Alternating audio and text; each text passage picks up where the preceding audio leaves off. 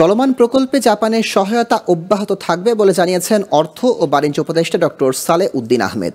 এ সময় তিনি বলেন, সংস্কার করে ব্যাংক, রাজস্ব, ট্যাক্স সংক্রান্ত কার্যক্রম সহজ করা হবে।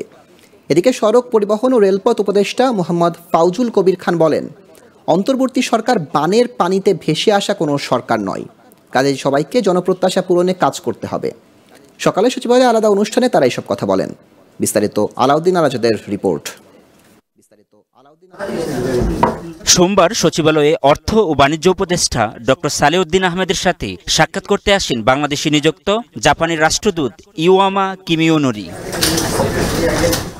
এ বিষয়ে পরে গণমাধ্যম কর্মীদের সাথে কথা বলেন অর্থ ও বাণিজ্য উপদেষ্টা। তিনি জানান, বাংলাদেশে চলমান প্রকল্পে জাপানের সহায়তা অব্যাহত থাকবে।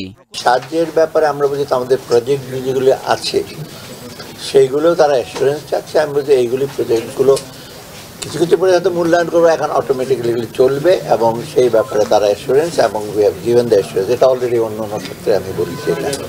দ্বিতীয়ত, জাপানিজ কতগুলো আমরা বলেছি যে জাপানিজের ভবিষ্যতে কতগুলো জিনিস আমাদের দরকার, কতগুলো প্রকল্প আমরা বলেছি এগুলো আছে, সেগুলো দ্রুত যেন অর্থের ছাড় করা হয়। আমরা অ্যাসুরেন্স দিয়ে সেটা ইমপ্লিমেন্ট হবে, অথবা ওরা বলছে এগুলো কোনো সমস্যা হবে না। এদিকে রেলপথ মন্ত্রণালয়ের কর্মকর্তা কর্মচারীদের সাথে মন্ত্রণালয় সংক্রান্ত বিভিন্ন বিষয় নিয়ে কথা বলেন সড়ক পরিবহন ও রেলপথ উপদেষ্টা মোহাম্মদ ফাউজুল কবির খান।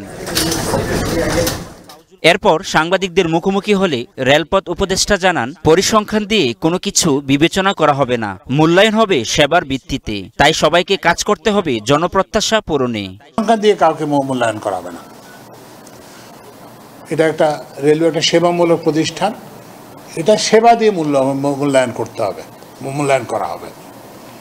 যেমন রেলওয়ের 4টা মূল জিনিস আমরা মনে করি। প্রথম জিনিসটা হচ্ছে রেলের টিকিট পায় না, কাউন্টারে গেলে টিকিট পায় না, কিন্তু আবার ইয়েতে গেলে উঠলে টিকিট পায়। তো আমরা বলছি যে এটা এটা এটা এটা চলবে না, আগে চলছে, এটা এটা এটা এটা এটা চলতে পারে না।